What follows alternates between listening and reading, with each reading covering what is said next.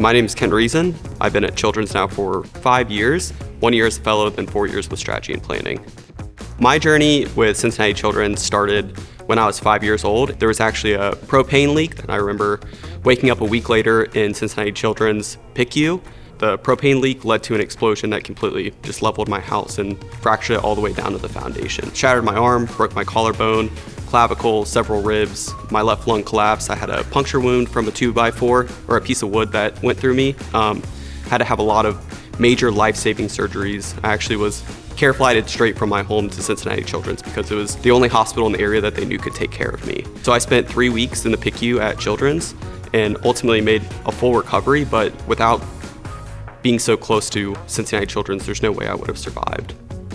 One of the coolest things about starting at Children's was it was right when we were opening the critical care building, and I would have been in that building 21 years later. Being able to just be a part of that was so full circle and so impactful for me in my experience here. Being in strategy and planning, I get to work across a lot of different teams in the hospital, and you can see the energy, the motivation, the desire to make an impact that people have in so many people's lives, and that keeps me coming back for more because I want to be a part of that as well. It makes me feel like I'm part of a bigger team, part of a bigger cause and purpose, and it just motivates me and just keeps me going. Even from when I was a patient here, when I was 5 to now, the hospital has dramatically changed. It went from just a local hospital to this massive health system where we're continuing to figure out where do we want to grow. So a lot of what I do is help think about that. My hard days fail in comparison to some of these kids who are going through some of the most challenging times of their lives. To them, it's just another day.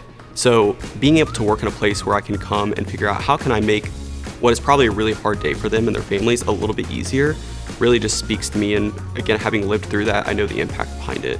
Thriving to me means that you're able to be your best every single day in every single way.